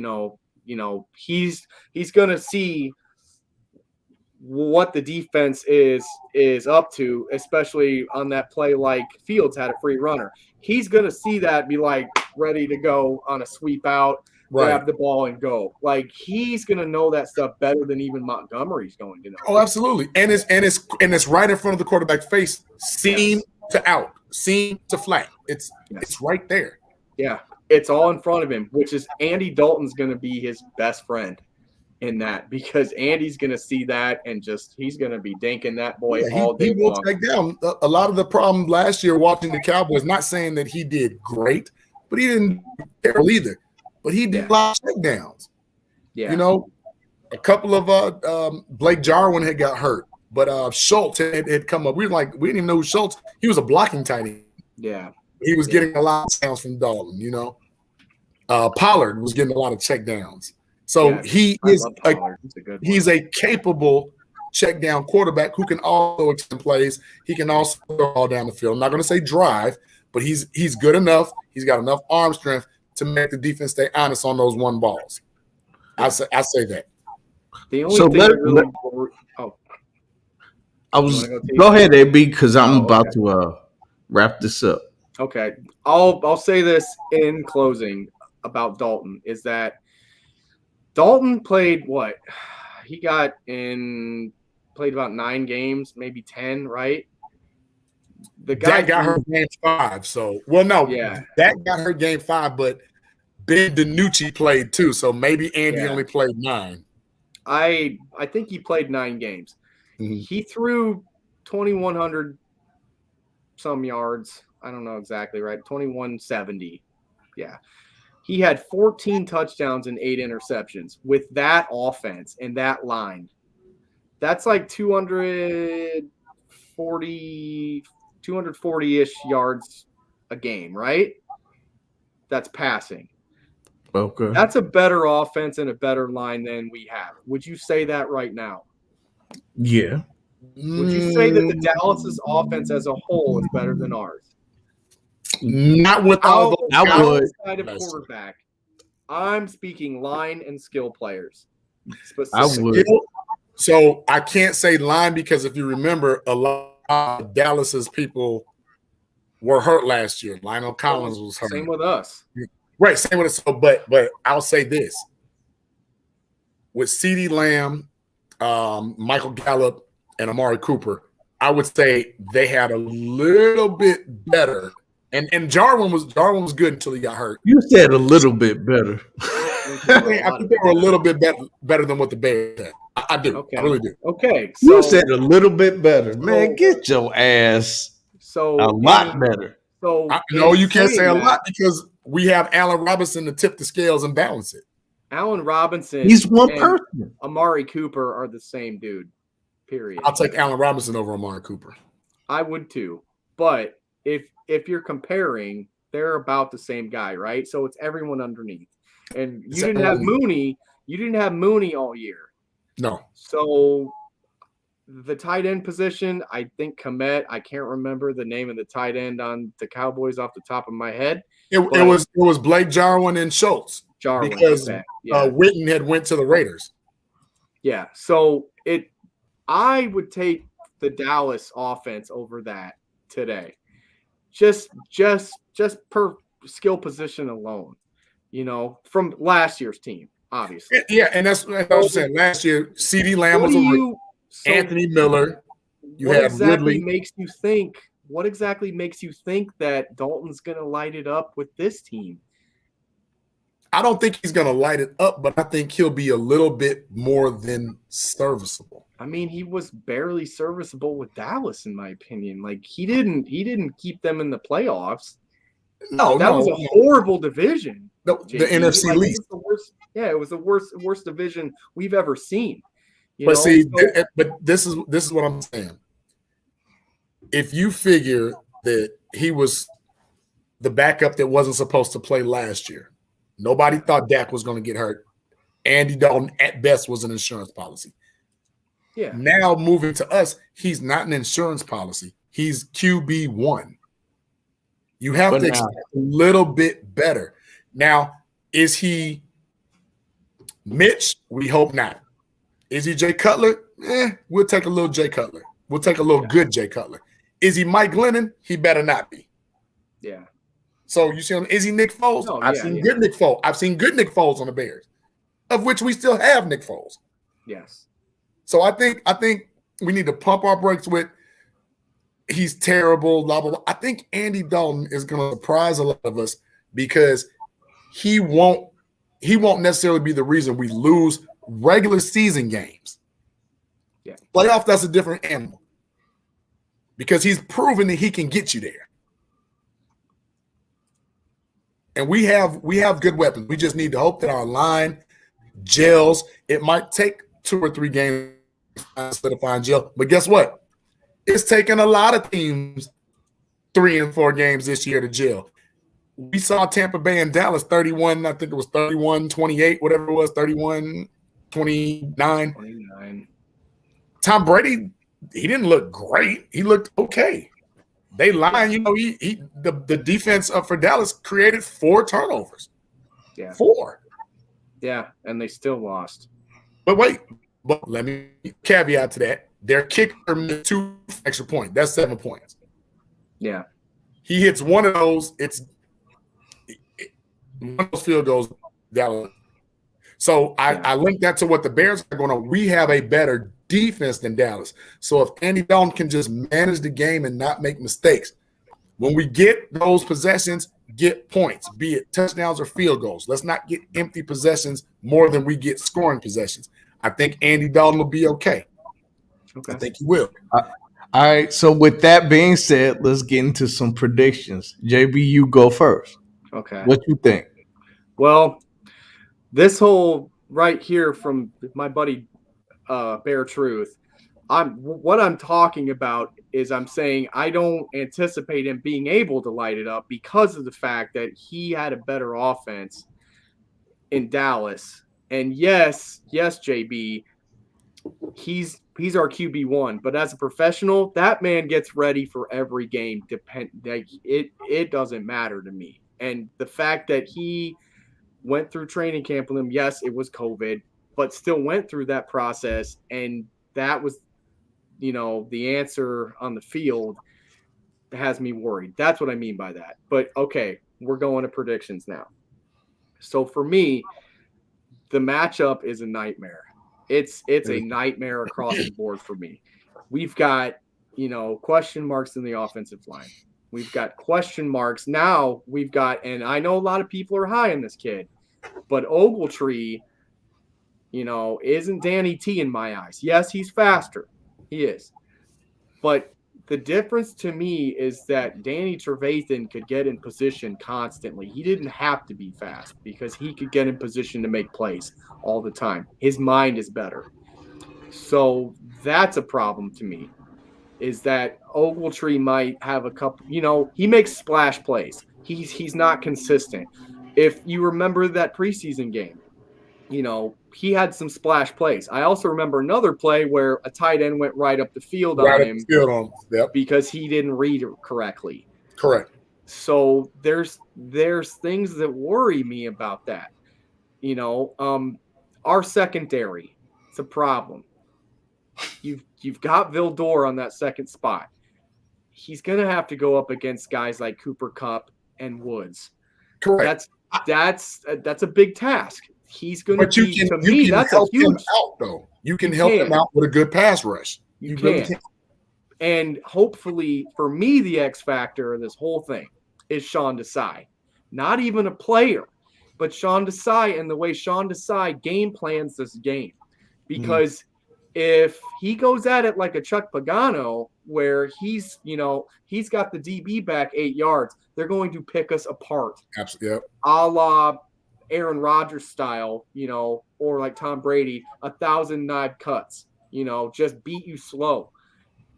If they press him, he could be beat outright too. But as long as he has that safety help, it'll help him, which could be a problem because then the run game can work for them.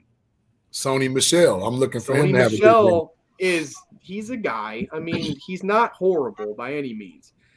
He can get some stuff done there. And that's where I'm really going to be having my eyes is how are they playing that second corner and that slot corner as opposed to them, having a defense where that front seven's not just going to get bullied. Because as much as we want to say how great that front seven is, Eddie Goldman's not playing either, guys. We're going to be right back where we were last year, getting that power run. That kind of hurt my spirits because we had so much hope. That kills me.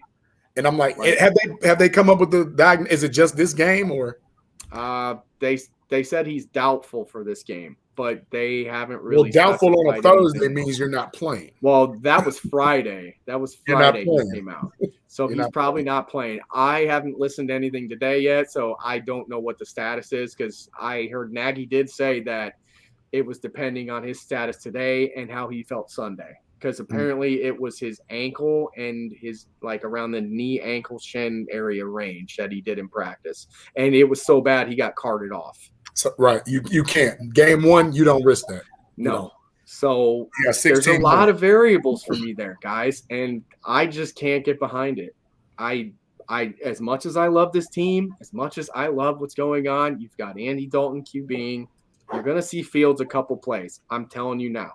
He's going to have a couple packages. But I severely think that this team also, by the way, the Rams are 4-0 under their coach in opening games. There's a whole bunch of other ones I could get to that really don't work for us. Until I see this team beat a winning team that's not freaking Tampa Bay when they were trying to figure shit out, I can't really get behind them. I just can't. So I would say that the score is going to be, I'd say 31 to, let's say I'm being generous in saying 17 because the last few times we have played the Rams, we've been beat up. Period. So 31-17 Rams. Sorry for JB, it's on you, player. So as usual, I agree with damn near everything that you said, AB. But I'm gonna take it one step further. My prediction is actually 31-17. Keith, I actually see that. I'm actually calling 34-24. And let me tell you why I'm calling. Let me tell you why I'm calling. Okay, Goldman is officially ruled out. So, like we said, but the reason why I said 34-24 is even though it looks on paper as a bad matchup, the last couple of games, the Bears have beaten the Rams and played them very, very tough. I also get a little bit inspired only because it's week 1. Nobody thought that Dallas was going to be within an eye shot of beating Tampa Bay. Even the odds makers had them as an 8.5 point dog. Yeah. And they were winning and should have won the game.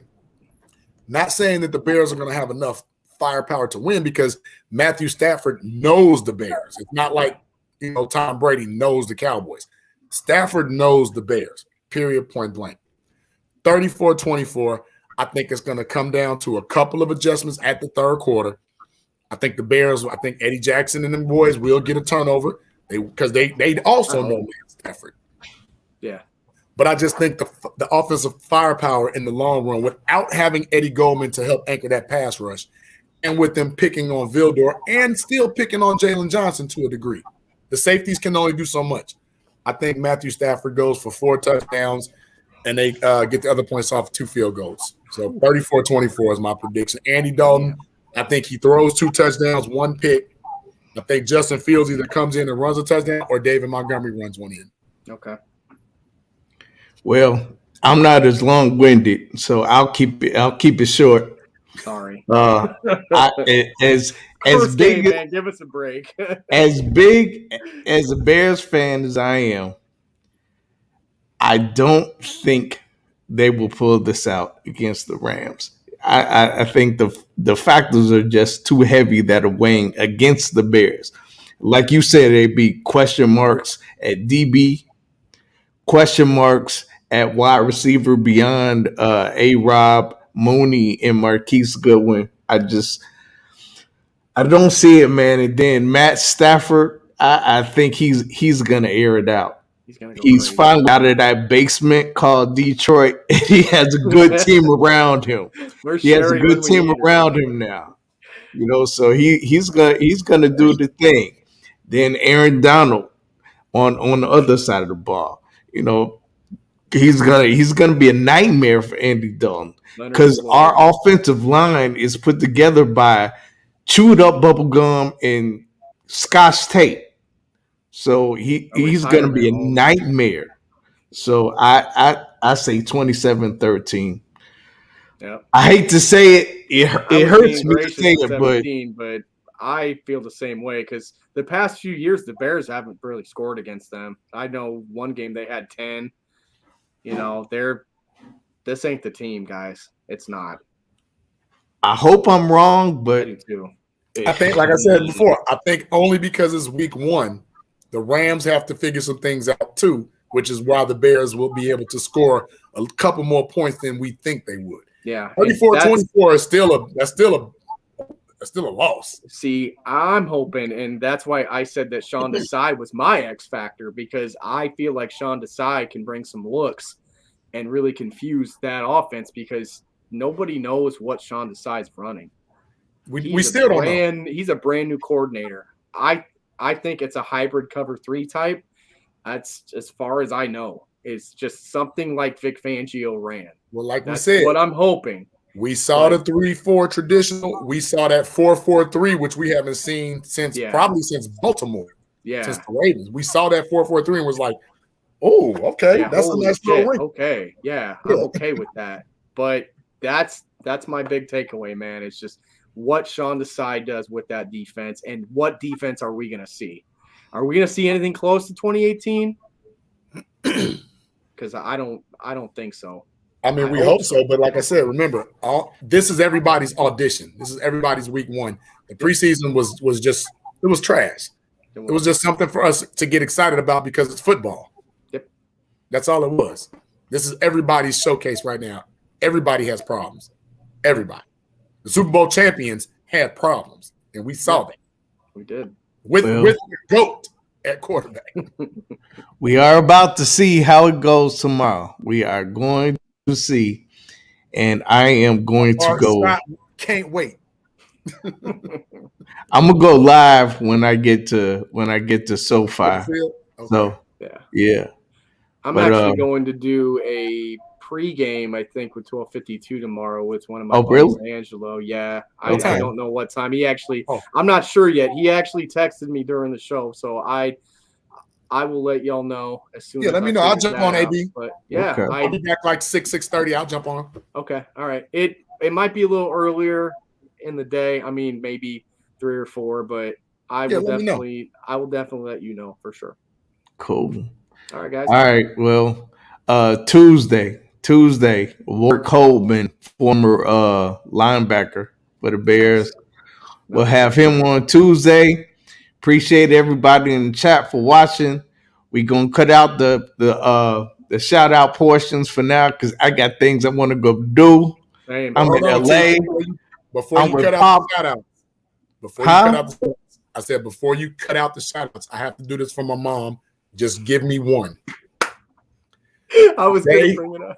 Well, not only because like today is very important. I hate to bring the level of what we got going on down, but today is my sister's birthday. It's also September 11th, and we also know the tragedy that happened 20 years ago on September 11th. But before there ever was a September 11th tragedy, it was the birth of my sister. And we have lost her to cancer. Let me stand up. And I love that shirt. I have the Susan's, I think it's Susan B. Coleman's. It says, fuck cancer. Sorry, Mom, I had to cuss. Love that shirt.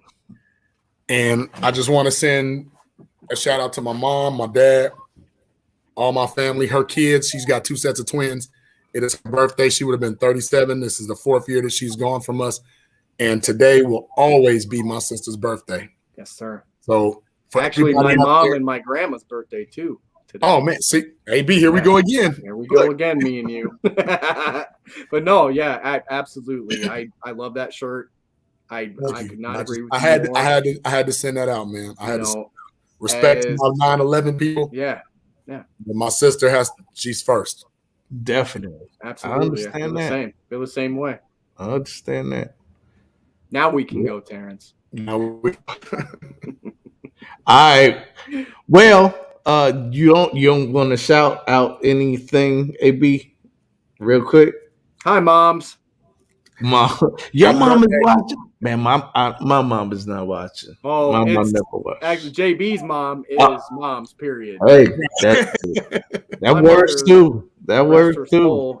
Is not around, but she would be right next to her, rooting us on. I guarantee it, man. But you know, they would have been born in Louise. Trust me. Absolutely, I guarantee you that because my mom was very vocal. Same way I am. You know, just a very vocal person. So, you know, shout out to all of our good fans and shout out 9/11, all the people we lost. I watched this morning. And it was one of those things where, you know, it was 20 years ago. I was a senior in high school when that happened. And I remember that. I remember where I was, what I was doing, how I felt, you know, and shout out to all those people, you know, and all the families that are still dealing with that stuff. Absolutely. So, who is Facebook user? I don't know, but I wish they would figure that out. Because if you go to the StreamYard and register, or you go to our YouTube, we can know who you are and we will shout you out on air. So please do me this favor and go and let us know who you are. Especially go to YouTube. That's what we really want people to do is starting to go to YouTube and watch. Because if you're on YouTube and you're watching, you can minimize the YouTube to have it down in the corner and you can still scroll through Facebook all you want, guys. Correct. It's much easier. I'm just telling you, as an experienced sports listener who watches these shows, I like to multitask. So whoever you are, Facebook user, thank you, but go to YouTube, please. And with that, Terrence, you can let us out now, please. So for my man that knows every single stat from every single team since the 80s and 90s, basketball and football, JB, my man, the X Factor, AB. I am the point guard, quarterback, and I am in LA. And I am about to go try to have a good food experience, guys. You know where to go. In-N-Out. In-N-Out Burger. We don't need to talk about it. You know where to go. I'll do that when I'm drunk. I get a burger when I'm drunk. I want to go get some real food right now. In-N-Out or Fat Burger, one of the two. Yes, sir. With all of that being said, we out.